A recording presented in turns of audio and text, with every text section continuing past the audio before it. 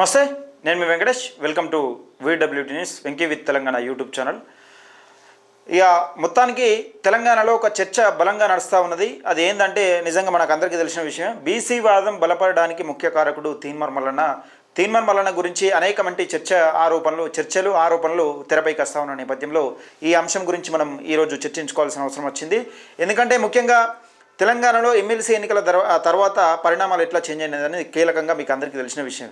MLC ఎన్నికల తర్వాత నిజంగా బీసీ వాదం బలపడ్డది.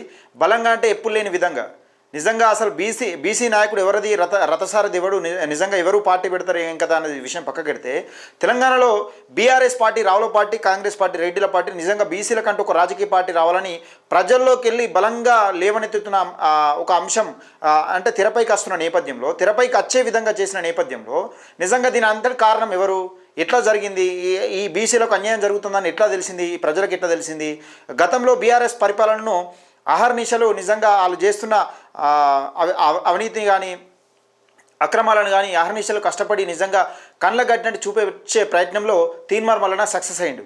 దాని విషయంలో నిజంగా బీసీ వాదం ఎత్తుకున్నాడు. తర్వాత కాంగ్రెస్ పార్టీలోకి వెళ్ళిన తర్వాత బీసీలకు అన్యాయం జరుగుతుందని కీలకంగా వివరించే ప్రయత్నం చేసిండు. అలా తెలుసుకున్న తర్వాత బయటకు వచ్చిన పార్టీ సస్పెండ్ చేసిన తర్వాత బయటకు వచ్చిన తర్వాత ఏం జరుగుతుందనేది కీలకంగా వివరిస్తూ ఉన్నాడు.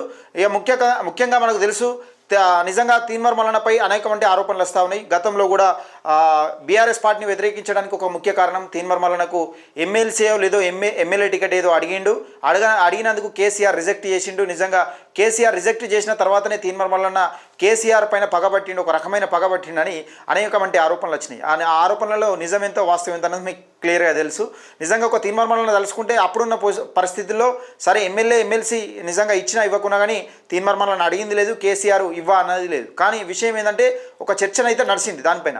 ఇప్పుడు మరేం చర్చ నడుస్తుంది, నిజంగా తీన్మార్ మల్లన్న కాంగ్రెస్ పార్టీలో నిజంగా మంత్రి పదవి అడిగిండు, నిజంగానే మంత్రి పదవి అడిగిండా, ఒకవేళ తీన్మార్ మల్లన్నను నిజంగా మంత్రి పదవి అడిగి కంటైతేనే ఇట్లా నిజంగా కాంగ్రెస్ ప్రభుత్వం అంటే రేవంత్ సర్కార్ పైన ఇలాంటి ఆరోపణలు చేస్తున్నాడు అంటే ఒకసారి దాని గురించి చర్చించే ప్రయత్నం చేద్దాం. ముఖ్యంగా కామారెడ్డి డిక్లరేషన్ 42% డిక్లరేషన్ ఇస్తా అని చెప్పినాకనే మనకు తీన్మార్ మల్లన్న కాంగ్రెస్ పార్టీలో చేరినట్టుగా మనకు తెలుసు.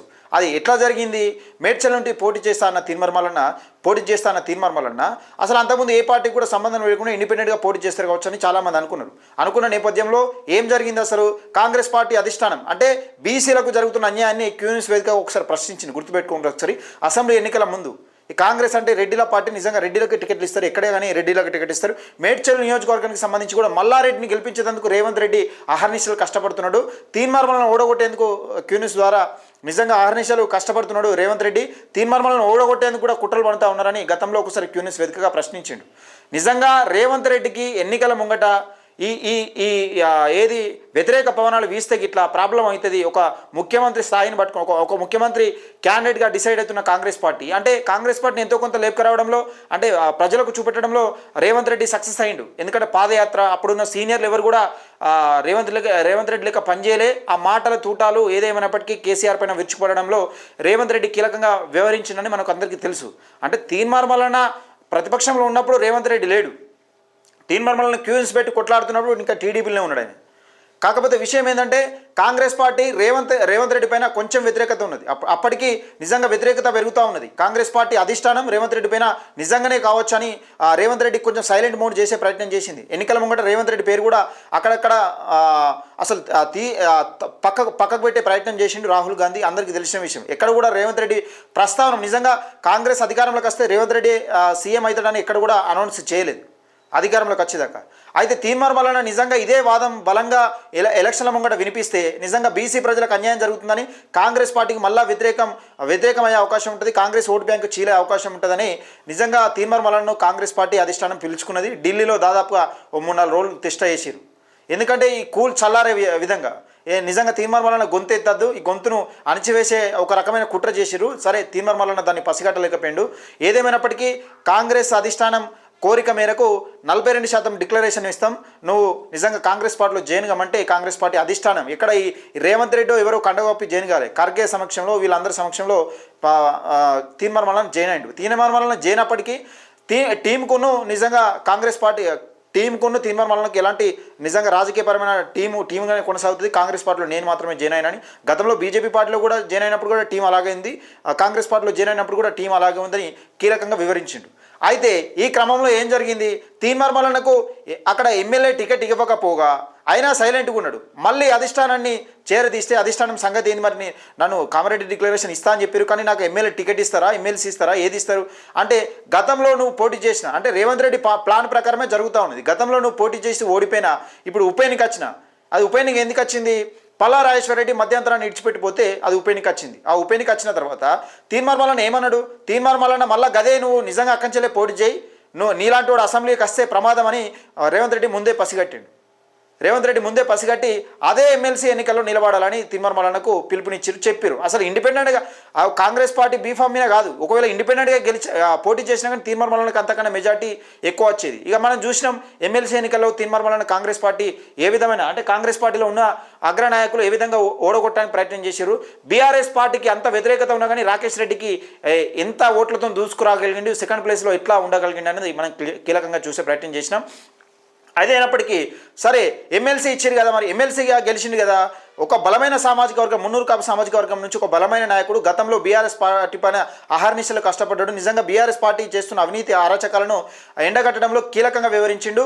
ఈయనకు మంత్రి పదవి ఇవ్వాలని డిమాండ్ నిజంగా వచ్చే అవకాశం ఉంటుంది. వచ్చే అవకాశం ఏంది, కీలకంగా బీఆర్ఎస్ ప్రభుత్వాన్ని గద్దె దించడంలో అలాగే కాంగ్రెస్ ప్రభుత్వాన్ని నిజంగా అధికారంలో తీసుకురావడంలో కీలకంగా వివరించింది. కాబట్టి ఈయనకు మంత్రి పదవి ఇవ్వకపోతే చాలా ఇబ్బంది అవుతుంది. తెలంగాణ ప్రజానికం నుంచి వ్యతిరేకత పెరిగే అవకాశం ఉంటుంది కాంగ్రెస్ పార్టీ పైనని రేవంత్ రెడ్డి ముందే గ్రహించిన రేవంత్ రెడ్డి అంటే ఎలాగున్నా తీన్మార్ మల్లన్న ఈమనకున్నా కానీ మంత్రి పదవి ఇవ్వక తప్పది. నిజంగా ఎప్పటికున్నా కానీ ఒకవేళ రాష్ట్రంలో బీసీ వాదం బలపడి నిజంగా బీసీలనే ముఖ్యమంత్రి చేయాల్సి వస్తే ఒక ముఖ్యమంత్రి రేసులో ఉంటాడేమో అని భయం కొద్దే ముందుగా ఆలోచించుకున్నాడు. ఎందుకంటే గతంలో కేసీఆర్ పైన కొట్లాడిన తీరు ఈయన కీలకంగా దగ్గర నుండి చూసిన మనిషి.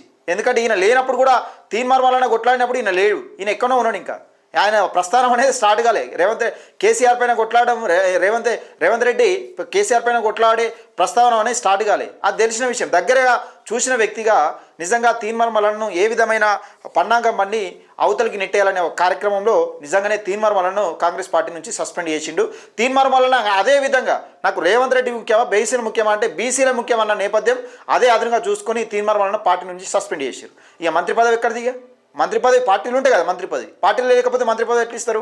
ఇప్పుడు కూడా డిమాండ్ వస్తూ ఉన్నది. అంటే తీన్మార్ మల్లన్నకు మంత్రి పదవి ఇస్తే తప్పేందని ఈ మధ్యలో బీఆర్ఎస్ నాయకులు కానీ బీజేపీ నాయకులు కానీ కొందరు నాయకులు అంటూ ఉన్నారు. మీరు డెబిట్స్లలో చూస్తూ ఉన్నారు. బీసీ సంఘ నాయకులు కానీ బీఆర్ఎస్ నాయకులు దాసు శ్రావణ్ కానీ ఇలా అందరూ చూస్తూ ఉన్నారు. ఇదంతా కార్యక్రమం చూపిస్తూ ఉంటే నిజంగా తీన్మార్ మల్లన్న మంత్రి పదవి అడిగినందుకే సస్పెండ్ చేసిరా, లేకపోతే కాంగ్రెస్ పార్టీ నిజంగానే తీన్మార్ మల్లన్న ఈ పార్టీలో ఉంటే మంత్రి పదవి ఎట్లయినా ఇవ్వాల్సి వస్తుందని సస్పెండ్ చేసిరా? మీకు తెలంగాణ ప్రజానికానికి ఇదంతా స్టోరీ విన్న తర్వాత క్లియర్గా అర్థమవుతుంది. ఎందుకంటే తీన్మార్ మల్లన్న కాంగ్రెస్ పార్టీలో ఉంటే మంత్రి పదవి ఎలాగో ఇవ్వాలి, ఎమ్మెల్సీ కోటా కింద తీన్మార్ మల్లన్న కంపల్సరీ మంత్రి పదవి ఇవ్వాలి.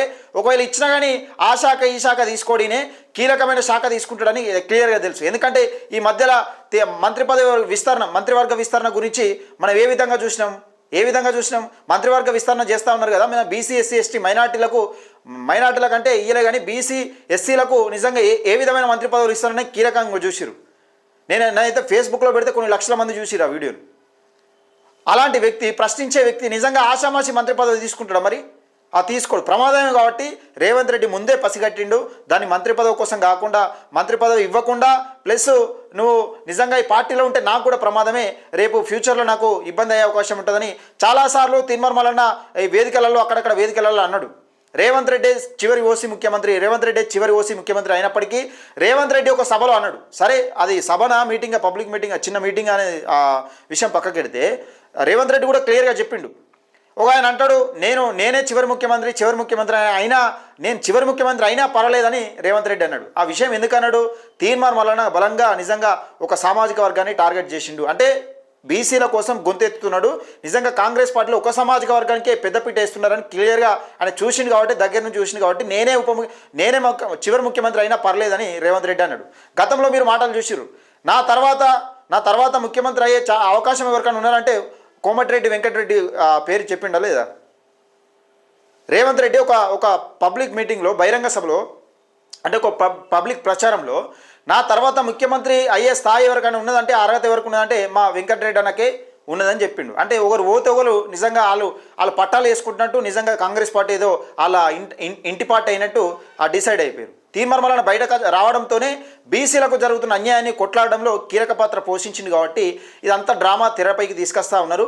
ఏదేమైనప్పటికీ అంటే ఒక ప్రాపగండలు సృష్టించే ప్రయత్నం చేస్తారు. మన హక్కుల కోసం మన జాతుల గురించి కొట్లాడే వ్యక్తులు, బలంగా కొట్లాడే వ్యక్తులు ఎవరైనా వచ్చినప్పుడు ఇలాంటి ప్రాపగండలు క్రియేట్ చేసే ప్రయత్నం చేస్తారు. ఇలాంటి ఆరోపణలు అనేకమంది ఆరోపణలు, ఇంక ఇదొకటే కాదు, ఇంకా చాలా ఆరోపణలు తెరపైకి తీసుకొచ్చే ప్రయత్నం చేస్తారు. బీసీ సమాజమా దయచేసి ఈ కుట్రలన్నీ పసిగడుతూనే ఉండాలి. ఈ కుట్రలన్నీ ఎప్పటికప్పుడు అగ్రకులాల కుట్రలు తిప్పికొడుతూనే ఉండాలి.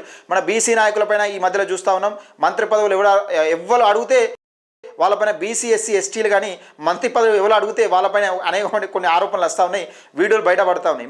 మీరు కీలకంగా చూసిరు. నేను చెప్పనవసరం లేదు. ఎస్సీల మీద కానీ బీసీల మీద కానీ ఎలాంటి ఆరోపణలు వస్తున్నాయి, ఉన్న పదవులు పోతాయని కూడా ఆరోపణలు తెరపైకి ఎందుకు తీసుకొస్తున్నారు. ఇది అగ్రకులాల కుట్రలో భాగంగానే ఇలాంటి కార్యక్రమాలను చేస్తూ ఉన్నారు. దయచేసి బీసీ సమాజమా, ఈ బీసీ ఎస్సీ ఎస్టీ మైనార్టీ సమాజం ప్రజలారా ముఖ్యంగా దయచేసి ఈ కుట్రలని పసిగడుతూ ఎప్పటికప్పుడు తిప్పుకోవాల్సిన అవసరం మనకున్నది. దయచేసి మిత్రులారా ఈ వీడియోను ఎక్కువ మందికి రీచ్ చేసే ప్రయత్నం చేయండి, లైక్ చేయండి. అలాగే ముఖ్యంగా మీ అభిప్రాయాన్ని కూడా కింద కామెంట్ సెక్షన్లో తెలియజేసే ప్రయత్నం చేయండి. తప్పకుండా మన VWT న్యూస్ అంటే వెంకీ విత్ తెలంగాణ ఛానల్ని ఎవరైతే చూస్తూ ఉన్నారో, ఫస్ట్ టైం చూస్తూ ఉన్నారో ఎవరైతే ఉన్నారో వాళ్ళు సబ్స్క్రైబ్ చేసుకోండి, నాకు సపోర్ట్ చేస్తారని నేను మనస్ఫూర్తిగా కోరుకుంటున్నా.